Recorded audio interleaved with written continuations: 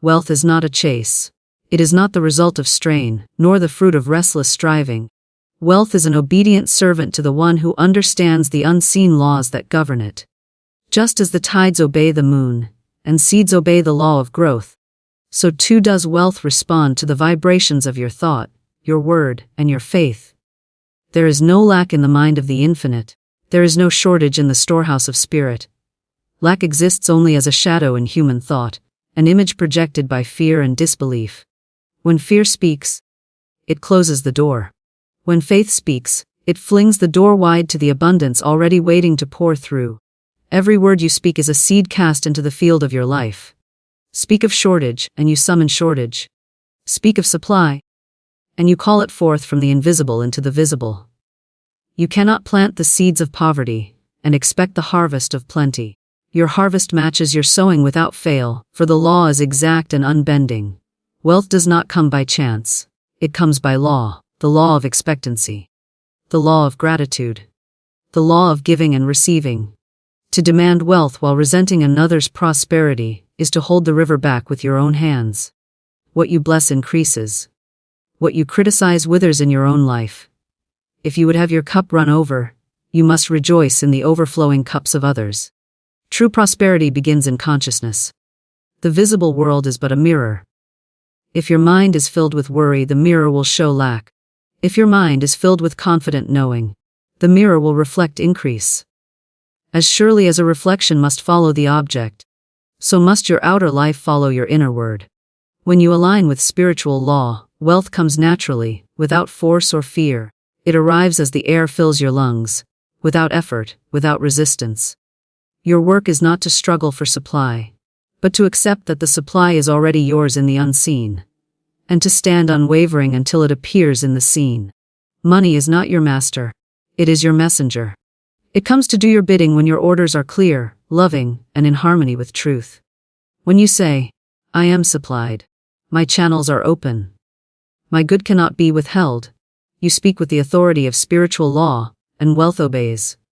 If you would command the riches of the world, you must first command the riches of thought. Guard your mind as a king guards his treasury. Admit no intruder of doubt or fear.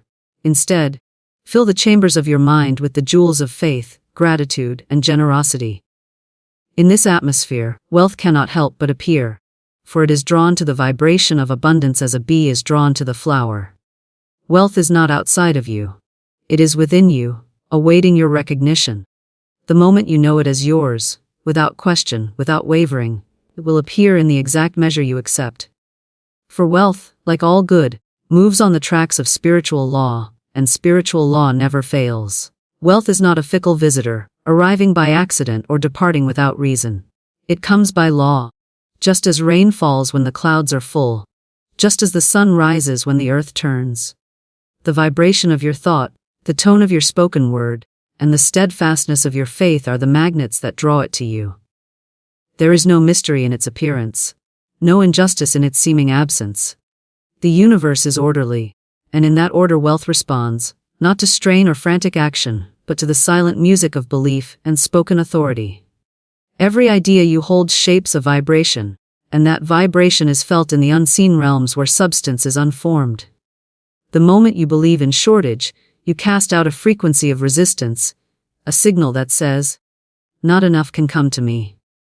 The moment you believe in supply, you release an open channel, a declaration that says, "There is more than enough, and it flows to me freely." Your words are creative instruments, not idle sounds. Each one is a decree written upon the fabric of the unseen. To speak lack is to stamp a command upon the ethers, and that command is fulfilled without fail. To speak abundance is to inscribe a pattern for increase, and that pattern takes shape in the visible world. There are no careless words in the realm of law. Every sentence you utter carries the weight of creation. This is why idle complaints are dangerous. They are not harmless mutterings, but seeds sown into the field of your own experience. A farmer who sows thorns will not reap wheat, and a soul who sows words of scarcity will not harvest riches. Faith is the substance that sets the whole law in motion. It is the invisible currency that pays for every visible good. Faith is not wishing. It is knowing, with the certainty that cannot be shaken by appearances. The one who says, "I believe in my supply," and yet trembles at the sight of an unpaid bill is speaking two languages, one of the lips and one of the heart. And the heart always wins. The vibration of doubt will choke the seed of abundance as surely as weeds choke tender shoots. True faith is calm, confident, and expectant, even when the outer picture seems barren. It knows that the unseen storehouse is already full, and it waits with the patience of one who has already received. Wealth does not respond to human hurry, it responds to spiritual alignment. To work from fear, to labor from the belief that your needs may not be met, is to pull up the seed to see if it is growing. The earth grows nothing for the impatient, and the spiritual law brings nothing to those who demand proof before belief. But to rest in the knowledge that wealth is already yours in the unseen, and that it will appear in the right form at the right time, is to live in the vibration that draws it swiftly and without resistance. Your thought must be clear, your word must be true, and your faith must be unwavering. This is not about effort in the physical sense, but effort in discipline. Discipline over the mind, over the tongue, over the tendency to drift into fear. Every time you speak of how little you have, you scatter the wealth that is making its way to you. Every time you speak of the generosity of life, you hasten its arrival. The law takes no account of your emotions, it simply reflects the vibration you hold steadily. A moment of fear, quickly corrected, will not undo your good, but constant rehearsal of lack will form a deep channel through which no abundance can flow. There is a subtlety to this truth. You cannot trick the law by saying words you do not believe. The vibration is not in the syllables but in the feeling behind them. To say, "I am rich," while secretly thinking, "This is foolish, I have nothing," is to cancel your own decree. The feeling is the true command. The words are its vessel. This is why affirmation without belief is powerless, and belief without words is incomplete. The law is moved when thought, word, and feeling are united, vibrating as one harmonious signal. Think of wealth as a tuned instrument, and your inner life as the musician. A discordant vibration will produce a discordant result. But when your thought is tuned to abundance, your words play the melody of gratitude, and your faith strikes the rhythm of certainty. The song reaches the unseen ears of supply, and supply cannot help but respond. Just as a radio picks up only the frequency it is tuned to, so you can only receive the wealth you are attuned to in consciousness. This is why struggle and chance are powerless in the face of the law. Struggle comes from fear, and fear tunes the mind to lack. Chance is the hope of the one who does not know the law, a gambler's prayer for the wind to blow in his favor. But the one who knows spiritual law is not swayed by the wind, for they have already set their course in the unseen. They do not chase wealth, they call it. They do not plead for supply, they expect it. And because the vibration of thought, word, and faith is exact and unfailing, wealth must answer. The world may tell you that money comes from hard work alone, that success is the result of connections, luck, or cleverness. But the law says otherwise. You may work yourself weary and remain poor if your vibration is one of poverty. You may have no connections, no apparent opportunity, and yet be surrounded by plenty if your vibration is one of abundance. Physical action is but the servant of spiritual law, it is not the master. The true work is inner, setting your thought, word, and faith to the tone of wealth until they are unshakable, and allowing action to flow from that place of certainty. There is a precision to the way wealth responds. It does not arrive to one who vibrates fear simply because they need it. Need is not the language of law, alignment is. The law does not pity, it obeys. And this is good news, for it means wealth is not distributed by whim or favoritism. It means anyone, anywhere, who sets their vibration in harmony with abundance, will draw it without fail. The seed does not care who plants it. It cares only that the conditions are right for growth. So it is with wealth. It comes to the one whose inner climate matches the harvest they seek. When your thought is clean of fear, your word is free of complaint, and your faith is steady, you have set in motion an invisible current that cannot be stopped. It may wend its way through unexpected channels. It may arrive by means you could never have planned, but arrive it will, for the law is as certain as sunrise and as exact as mathematics. Wealth is not a prize to be won. nor a secret to be uncovered. It is an obedient servant that moves in response to the vibration you hold, and it will always obey the signal sent by your thought, your word, and your faith. What you bless expands before your eyes, as if your words and thoughts were the sunlight and water that nourish its growth. Blessing is not mere politeness or empty speech, it is an act of spiritual power. To bless a thing is to acknowledge it as good, to recognize the divine supply flowing through it, and to call for its increase in the realm of law. When you bless the wealth you have, no matter how small it may seem, you are placing your attention on the principle of abundance, rather than the illusion of lack. You are aligning yourself with the rhythm of the universe, which is always moving toward growth and multiplication. Blessing opens the channels through which more good can flow, while criticism, resentment, and envy slam them shut. When you resent another's success, you are not harming them, you are cutting off your own supply. The energy of resentment says, "That good is not for me."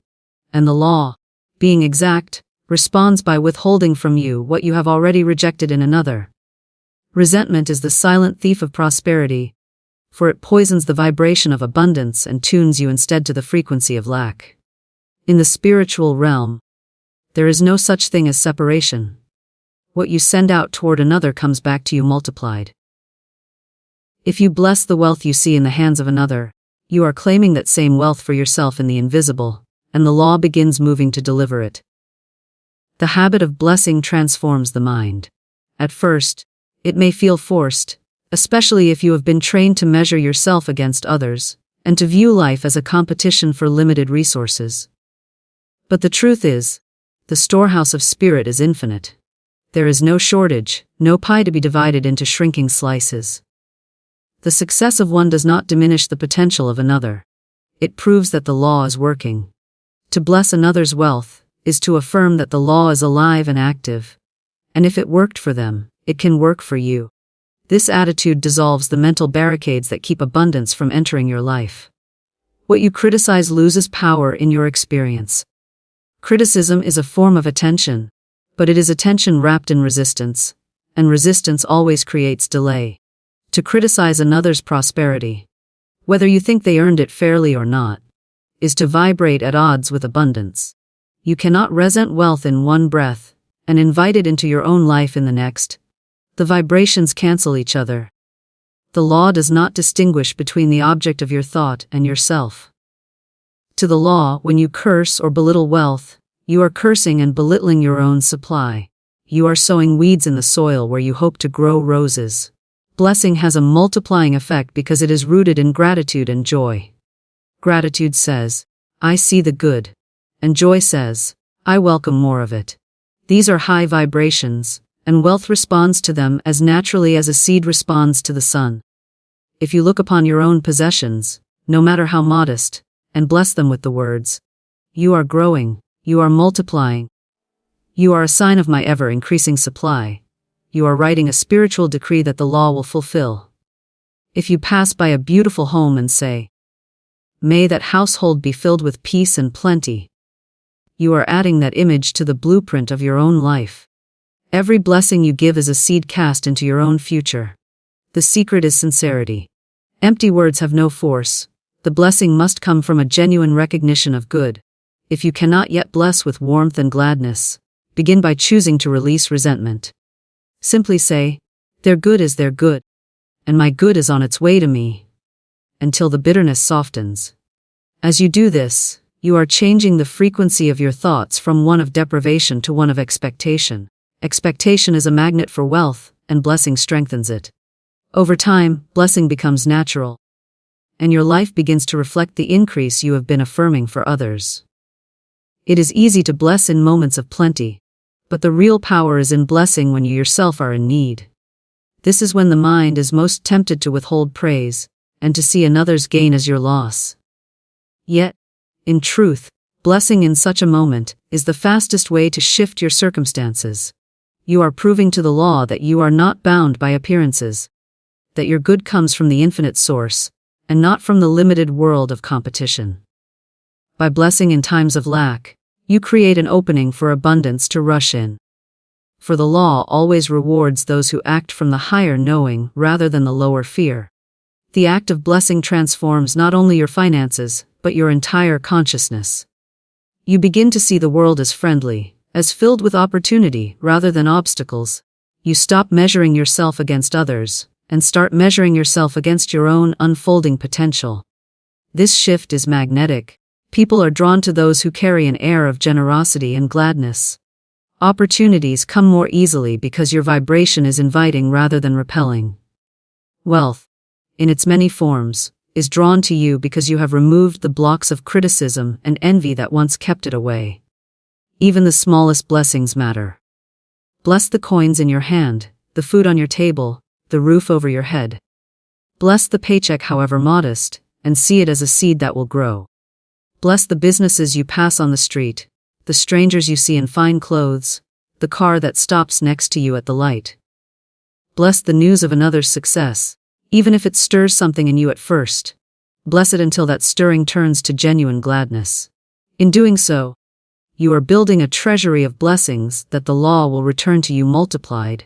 For nothing you send out in the spirit of love and goodwill is ever lost.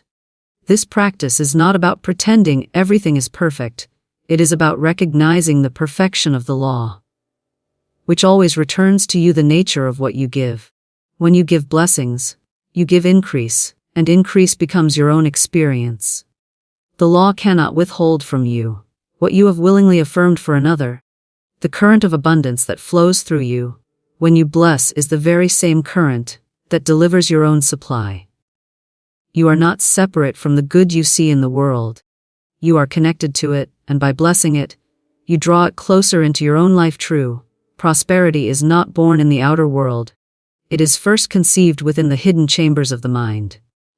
Every experience you see, every condition you face, is but a reflection of the images, beliefs, and words you have allowed to take root within.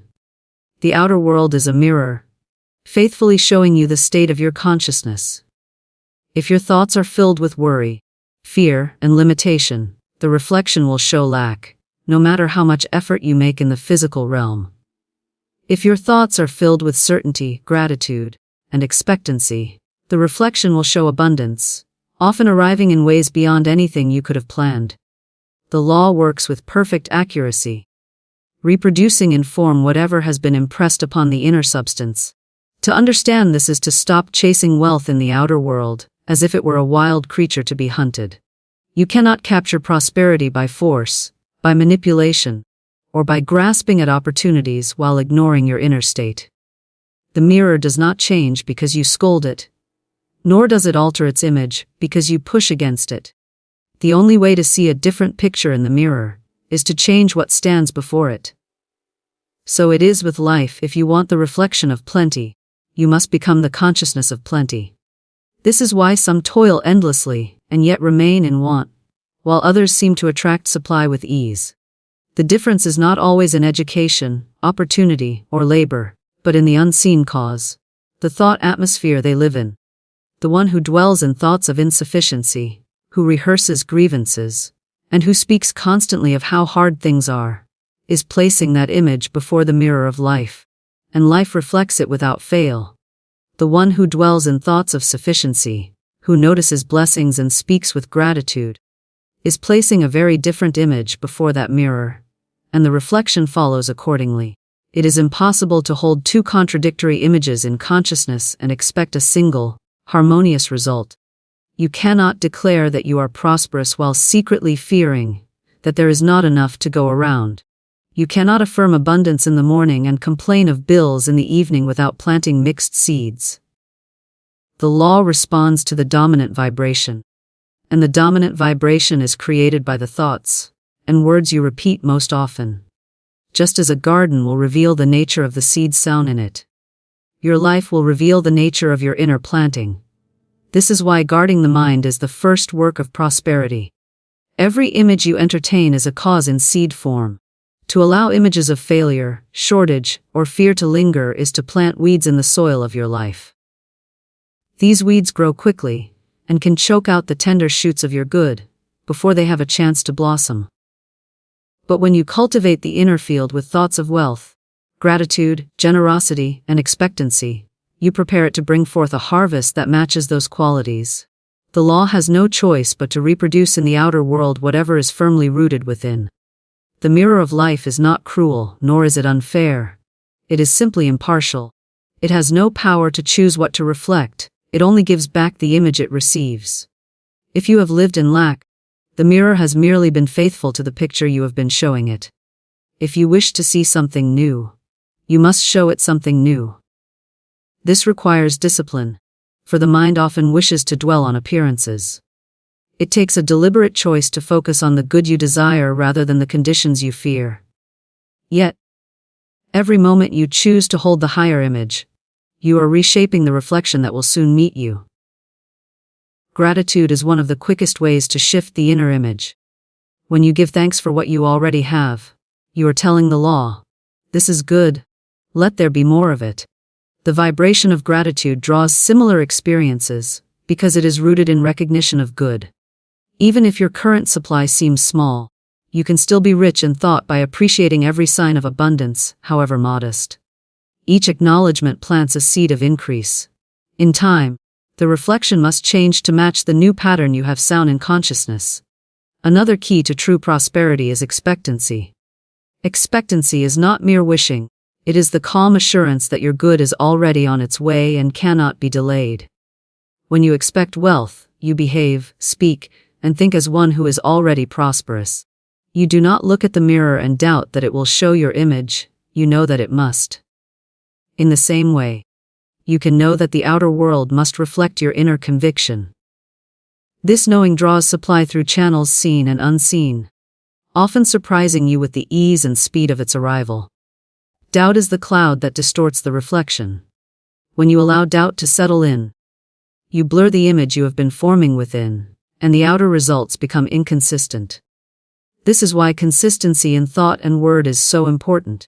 A single strong mental image, held with faith and supported by harmonious speech, will produce far more than scattered, conflicting images.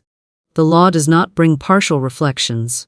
It brings back exactly what it is shown, in full detail, whether the image is one of abundance or of lack. To live in the consciousness of prosperity, you must train yourself to notice abundance everywhere. It may be in the beauty of nature, in the generosity of others, in the opportunities that cross your path. Every recognition strengthens the inner image. Even when the outer picture does not yet match your desire, you can still hold the thought, "The reflection is forming. The image is already mine within." This quiet confidence keeps the vibration steady until the law completes its work. The world will always mirror the consciousness of those who live in it. Two people can face the same economic conditions, the same environment, and yet one will prosper while the other struggles. The difference lies entirely within. When you take full responsibility for the images you hold, you step into the position of power. You stop blaming circumstances, people, or luck, and you begin shaping your own reflection deliberately. You become the artist painting the image that life will reflect, and you know that the canvas is endless, and the supply of colors is infinite. When you understand that true prosperity begins in consciousness, you stop being a beggar at the door of the outer world, and become a creator in the inner.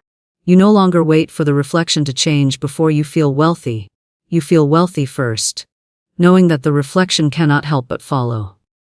This is not pretense. It is the application of law. The mirror must show what is placed before it, and life must reflect the vibration you hold within.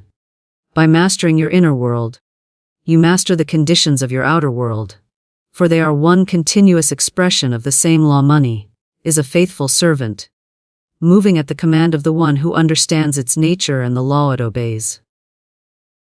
It is not the master of your life, unless you place it on the throne of your thoughts.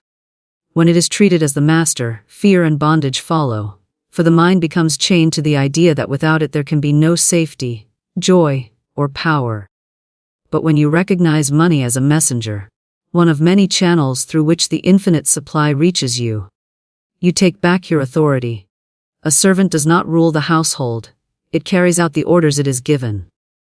Money responds in exactly the same way, obeying the instructions you issue through your thoughts, words and beliefs.